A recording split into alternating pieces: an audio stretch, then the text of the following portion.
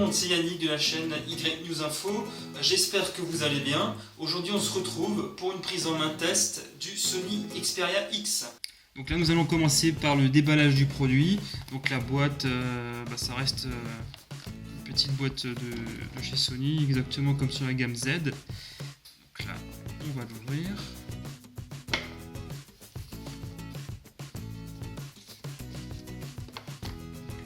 Vous avez le mobile.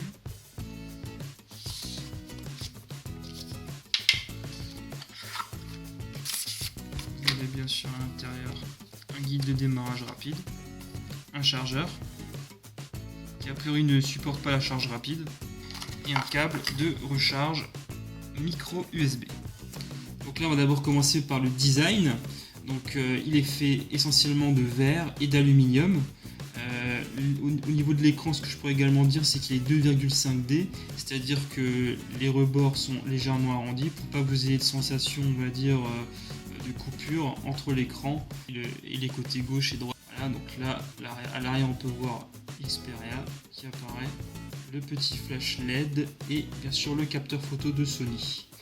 Sont également présents à droite le bouton d'allumage, le bouton volume haut, volume bas, ainsi que, ce qui est plutôt appréciable, un bouton dédié à l'appareil photo.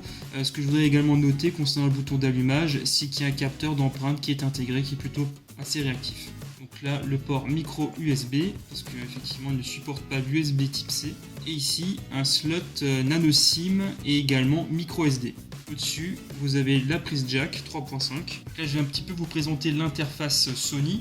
Donc là, je vais déverrouiller le téléphone avec le capteur d'empreinte digitale. Donc vous voyez, c'est très rapide. On ne se rend même pas compte en fait qu'il y a un capteur intégré. Par moment, il arrive effectivement, je dirais une fois sur 20 ou une fois sur 30, qui capte pas bien l'empreinte. À ce moment-là, il suffit tout simplement de reposer le doigt et ça marche nickel. Donc là, l'interface Sony est très peu modifiée vis-à-vis d'un Android stock, comme vous pouvez le constater. Je vais juste faire défiler un petit peu le bureau. Bon, moi je n'ai rien installé de particulier au niveau applicatif sur le téléphone. Au niveau des applis, voilà, ça se présente de cette manière. Là par exemple, je vais vous présenter, on va dire, l'interface de l'application photo qui est intégrée, qui est plutôt bien faite. Donc là c'est le mode automatique qui a été sélectionné. Maintenant ce qu'il faut noter, c'est que à l'époque Sony ne permettait pas une résolution supérieure à 8 mégapixels. Alors ça a changé parce que maintenant on peut monter jusqu'à 23 mégapixels.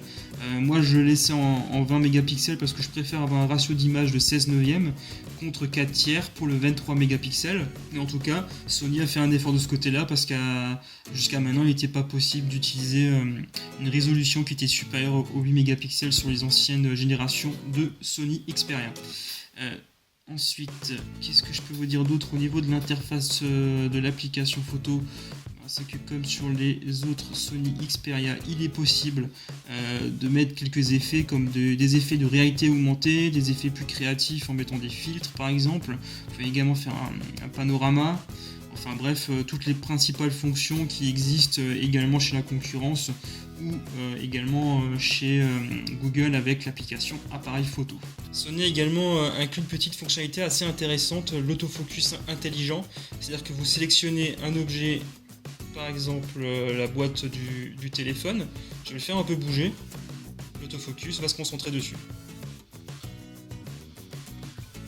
C'est plutôt appréciable comme fonctionnalité parce que ça vous permet toujours d'avoir une image nette en fonction des mouvements que fait la cible. Au niveau des caractéristiques techniques, donc l'écran est de 5 pouces en Full HD. Ce qu'il faut également savoir, c'est qu'il est doté d'un processeur Snapdragon 650, de 32 Go de mémoire interne et de 3 Go de RAM. J'ai testé le Snapdragon 650 sur Antutu.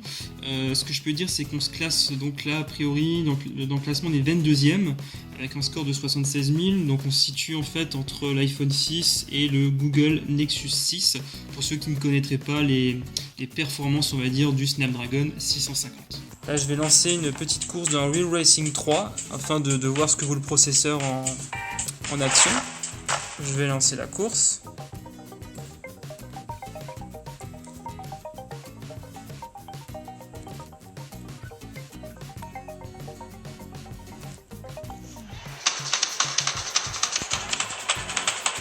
comme on le voit au niveau des graphismes c'est plutôt pas mal, on voit même les reflets correctement dans la voiture.